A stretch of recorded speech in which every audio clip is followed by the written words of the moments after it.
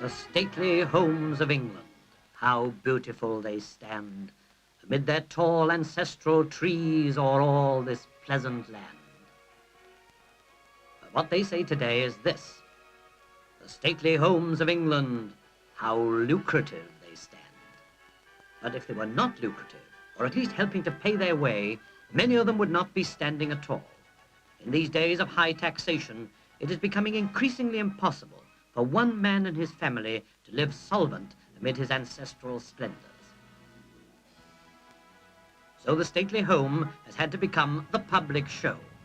All over Britain, the castle gates, once so firmly closed, are being thrown wide open to the world and his wife, and their children as well. About 3 million people a year are drawn by the irresistible attraction of seeing not only the treasures of these great houses, but how a duke or a lord lives when he's at home. There are now more than 400 castles, halls and mansions in Britain, the majority in the south of England, which keep open house at a price, of course. Average entrance fee is £half. Top of the stately homes league is Woburn Abbey, the home of the Duke of Bedford. Faced with a bill of £5 million death duties, he's made it the liveliest stately home in the world.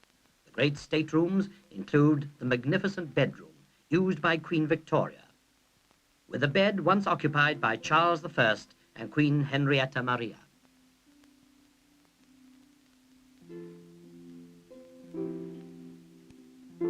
The Duke's own voice gives visitors the details over a walkie-talkie. Finest of the staterooms is the state dining room.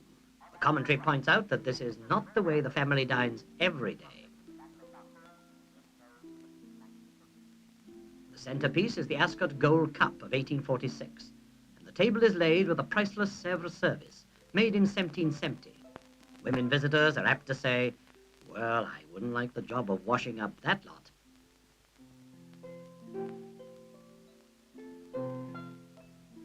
But the grounds and the outbuildings are the places where the Duke has rarely gone to town to please his public.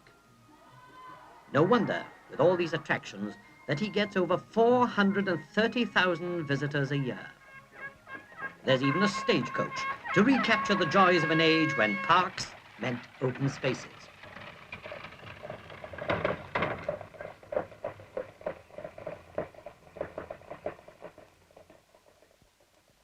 Probably the most popular sideshow is this: the Duke's stepdaughter, his Duchess, and the Duke himself selling souvenirs. All this puts the Duke of Bedford about 130,000 visitors ahead of his nearest rival.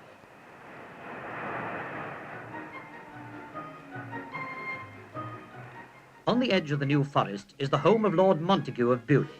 The parish church was the refectory of the great abbey established here by King John. But Lord Montague realized that ruins, however fascinating, are not enough.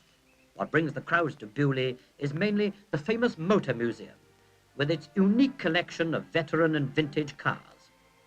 They help to make Beaulieu second in the Stately Homes League. Most of the cars can still be driven. Lord Montague takes his wife for a ride in a French de Dion. And maybe it's just as well he has space to drive it in. Its steering demands plenty of room. Attractions like these bring about 300,000 visitors to Beaulieu each year. Third in the Stately Homes League is Chatsworth in Derbyshire, the Palace of the Peak, the home of the Duke of Devonshire.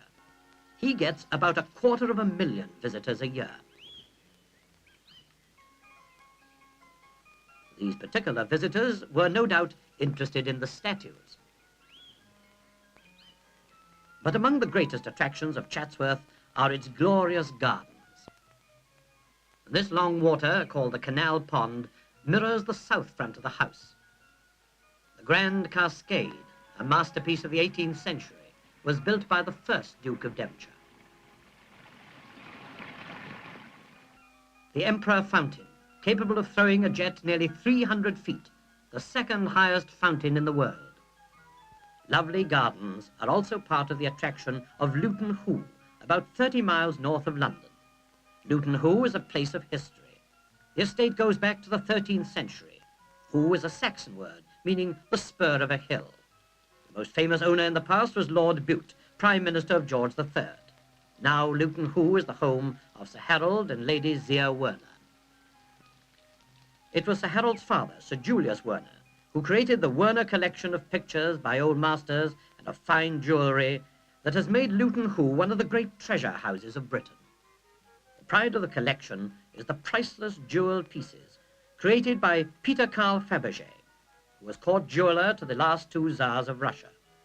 Lady Zia Werner inherited most of them from her father, the Grand Duke Michael of Russia. Here's an enamelled cigarette box with miniatures of Nicholas II and his Empress. Another cigarette box with a Russian eagle in diamonds. Mr. Erwick Smith, the curator, is never tired of talking about this remarkable craftsman. One of the largest objects made by Fabergé was this tray with gold and diamond handles. He excelled in intricate workmanship, using precious stones and precious metals.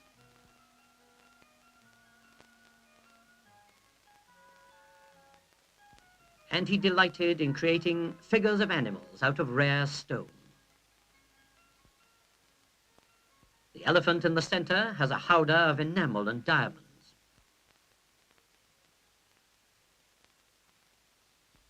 Bliffield Hall in Staffordshire, the home of Lord and Lady Bagot, may not have Fabergé jewels, but the owners have added a very modern attraction to this ancient mansion. What would the early owners of Bliffield have thought of this? The estate has been in the family since 1086, 20 years after the Battle of Hastings.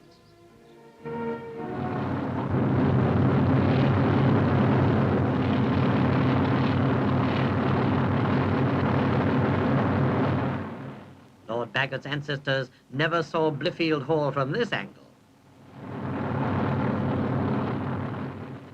Some stately homes have lost their ancestral families, and like Alton Towers, another Staffordshire estate, are run by private companies. Here a steam engine rally is staged in the park.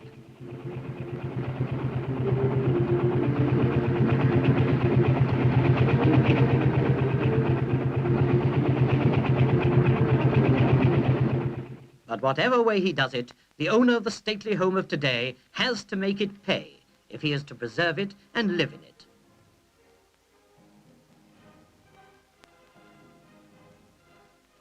The season ends and the crowds depart.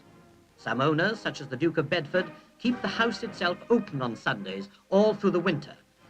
But while the park is lashed with rain, work goes on to prepare for a bigger and better season.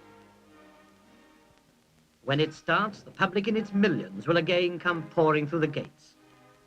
They'll come not merely from curiosity, but to share in the enjoyment of those stately homes, which today, in a very real sense, are part of the national heritage of the people of Britain.